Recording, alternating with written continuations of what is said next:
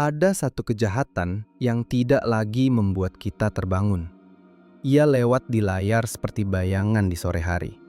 Kita melihatnya, tapi tidak lagi menoleh. Angkanya membesar, nama-namanya terkenal, tempatnya dekat dengan hidup kita. Namun yang mengecil adalah reaksi kita. Dulu, satu berita bisa membuat orang berhenti makan. Sekarang, satu berita hanya membuat jari menggeser layar. Dulu orang marah, sekarang orang menghela napas. Dulu kata korupsi terdengar seperti alarm, sekarang ia terdengar seperti suara latar. Dan disitulah distopia bekerja. Bukan dengan larangan, bukan dengan ancaman, tetapi dengan kebiasaan. Kebiasaan melihat tanpa merasa, kebiasaan tahu tanpa peduli, kebiasaan membaca tanpa terkejut. Kita tidak kehilangan informasi, kita kehilangan rasa. Ini bukan tentang satu wajah, bukan tentang satu kasus. Ini tentang bagaimana korupsi pelan-pelan berubah dari skandal menjadi latar belakang hidup. Karena yang sebenarnya dicuri korupsi dari kita bukan hanya uang, tetapi sesuatu yang lebih sunyi. Selamat datang di Ruang Distopia. Tempat di mana kita agar berpikir sebelum terbiasa.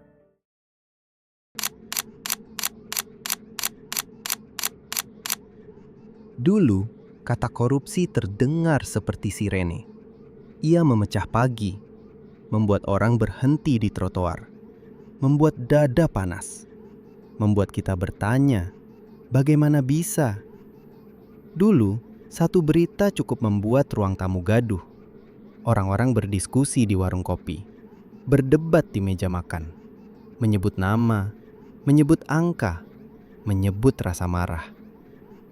Sekarang, kata itu terdengar seperti hujan, turun, membasahi, lalu hilang dari pikiran. Hari ini macet, hari ini hujan, hari ini ada korupsi lagi. Kalimat itu lewat seperti notifikasi yang cepat ditutup. Judulnya terlihat, isinya tidak dibaca. Kita tahu ada yang salah, tapi kita juga tahu hidup harus tetap jalan. Anak harus diantar sekolah, kerja harus diselesaikan, tagihan harus dibayar, waktu tidak bisa menunggu. Dan di sela semua itu, korupsi menjadi latar. Seperti suara AC di kantor, seperti dengung mesin di jalan raya. Ada, tapi tidak lagi kita dengar. Dan justru disitulah distopia dimulai. Bukan ketika kejahatan terjadi, tetapi ketika kejahatan tidak lagi terasa aneh. Ketika ketidakadilan menjadi pemandangan biasa. Ketika pelanggaran menjadi rutinitas berita. Saat kejahatan tidak lagi terasa sebagai luka, hanya sebagai informasi. Saat kejahatan tidak lagi terasa sebagai krisis, hanya sebagai konten. Apa yang berubah di dalam diri manusia saat ia berhenti terkejut?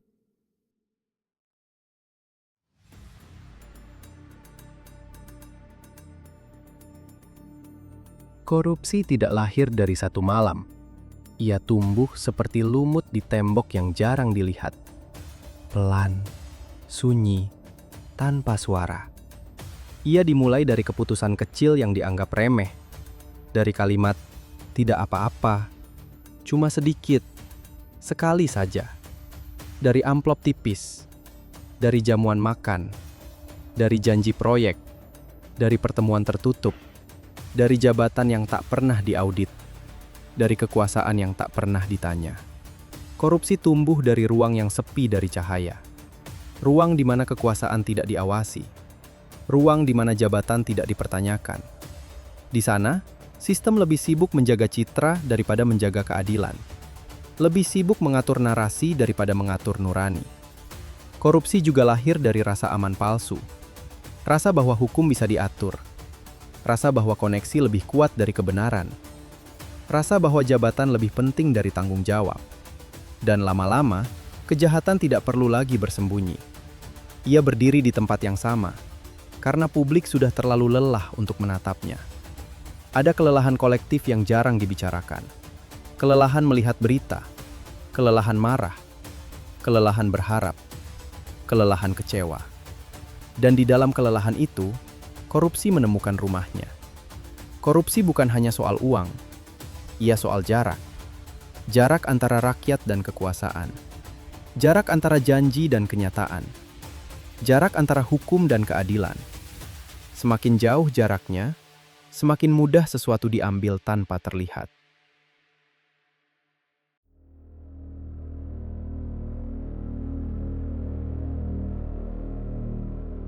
Korupsi bukan milik satu negara. Ia tidak punya paspor. Ia tidak terikat bendera. Ia berjalan bersama kekuasaan kemanapun kekuasaan pergi. Di Amerika Latin, korupsi tumbuh di balik proyek tambang dan energi. Di Eropa Timur, ia hidup di antara oligarki dan kontrak negara. Di Afrika, ia menyelinap dalam bantuan pembangunan. Di Asia, ia bersembunyi di balik birokrasi dan konsesi. Wajahnya berbeda, tapi polanya sama. Selalu ada uang besar, selalu ada keputusan tertutup, selalu ada kekuasaan yang terlalu lama berdiri tanpa diawasi. Di Brasil, dunia pernah melihat skandal Operation Car Wash yang menyeret politisi, perusahaan minyak, dan konglomerat. Di Korea Selatan, mantan Presiden Park Geun-hye dipenjara karena korupsi dan penyalahgunaan kekuasaan. Di Prancis, mantan Presiden Nicolas Sarkozy dijatuhi hukuman atas kasus suap dan pengaruh ilegal. Negara besar, demokrasi tua, ekonomi kuat, tetap saja korupsi menemukan jalan. Karena korupsi tidak hidup dari kemiskinan, ia hidup dari ketiadaan kontrol. Dunia belajar satu hal penting. Korupsi tidak bisa dicegah hanya dengan hukum di atas kertas. Ia dicegah oleh cahaya. Cahaya berupa transparansi. Cahaya berupa akses informasi. Cahaya berupa pers yang bebas. Cahaya berupa warga yang kritis. Di negara-negara yang berhasil menekan korupsi, ada pola yang sama. Laporan keuangan bisa diakses publik. Kontrak pemerintah dibuka ke warga.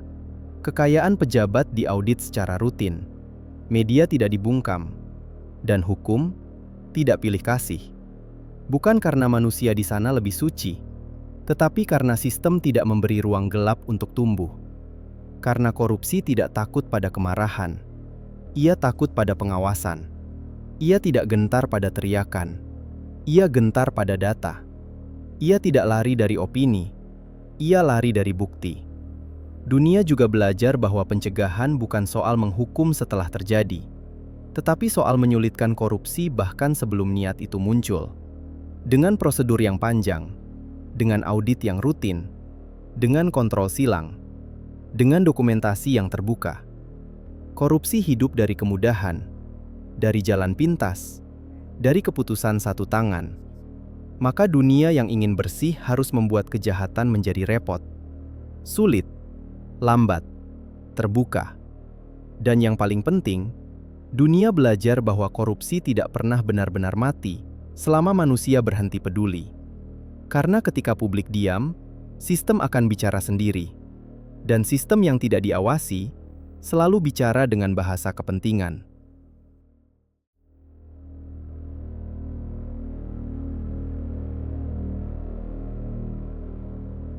Di Indonesia, korupsi bukan dongeng gelap. Ia tercatat, ia diberitakan, ia punya nama. Beberapa bulan terakhir, publik ramai membicarakan dugaan korupsi di Kementerian Agama terkait pengelolaan kuota dan layanan haji. Nama Yakut Khalil Qomas muncul dalam laporan media sebagai pihak yang dimintai keterangan KPK dalam penyelidikan. Uang yang dikumpulkan dari petani, buruh, pedagang kecil, yang menabung bertahun-tahun demi satu ibadah, masuk ke pusaran perkara. Ada pula kasus di LPEI, dana negara yang seharusnya memperkuat ekspor nasional, diduga diselewengkan lewat kredit bermasalah. Beberapa pejabat dan pihak swasta ditetapkan sebagai tersangka. Di daerah, publik menyorot Abdul Wahid, Gubernur Riau nonaktif, yang ditetapkan sebagai tersangka KPK dalam dugaan suap dan pemerasan. Ada pula kasus birokrasi daerah. Nama Agus Pramono, Sekda Ponorogo, ditetapkan sebagai tersangka dugaan suap jabatan. Nama-nama itu muncul di berita, lalu tenggelam, lalu digantikan nama lain. Dan ketika korupsi menjadi berita, bukan lagi luka bersama, disitulah distopia bekerja.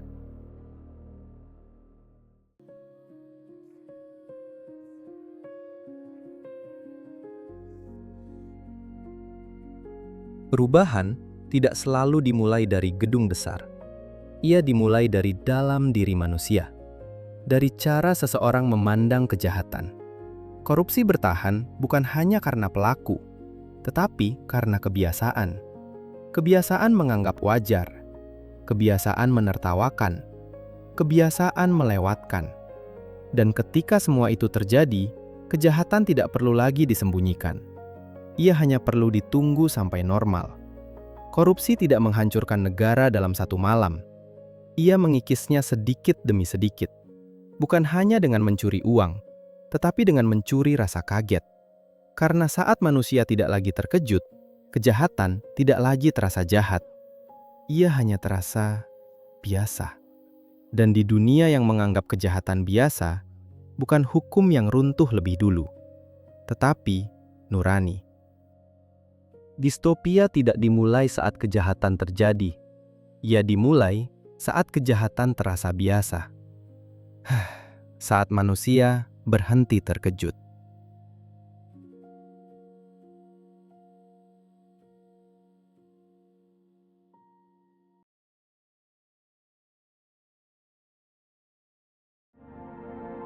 Terima kasih sudah berpikir bersama.